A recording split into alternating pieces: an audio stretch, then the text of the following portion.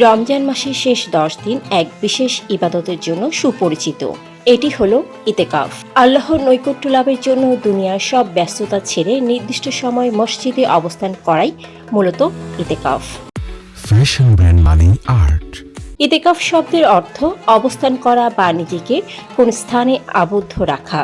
ইসলামের শরীয়তে এটি এমন একটি ইবাদত যেখানে মুসলমানরা নিজেদের মন ও আত্মাকে আল্লাহর উপাসনায় নিবিষ্ট রাখেন।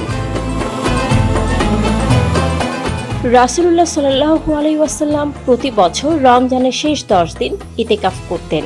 এটি সুন্নতে মুআক্কাদা কেফায়া, অর্থাৎ মহল্লার অন্তত একজন ব্যক্তি এটি করলে পুরো সমাজ দায়িত্বমুক্ত হবে। ইতিকাফকারী সার্বক্ষণিক আল্লাহর মেহমান। তারা যে সময় মসজিদে থাকেন তাদের প্রতিটি মুহূর্ত ইবাদত হিসেবেই লেখা হয়। তাদের ঘুম, খাওয়া দাওয়া সবকিছুই সওয়াবের অন্তর্ভুক্ত হয়। পুরুষরা মসজিদে ইতিকাফ করলেও নারীরা ঘরের নির্দিষ্ট নামাজ স্থানে ইতিকাফ করতে পারেন, তবে বিবাহিত নারীদের জন্য স্বামীর অনুমতি থাকা জরুরি।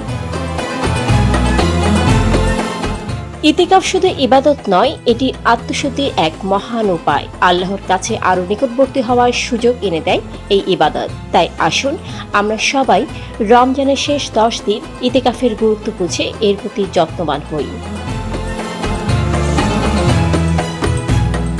ডেস্ক রিপোর্ট, সারাদিনের সংবাদ। ফ্যাশন ব্র্যান্ড মানে Art. Men's, ladies and kids wear. Art, be smart.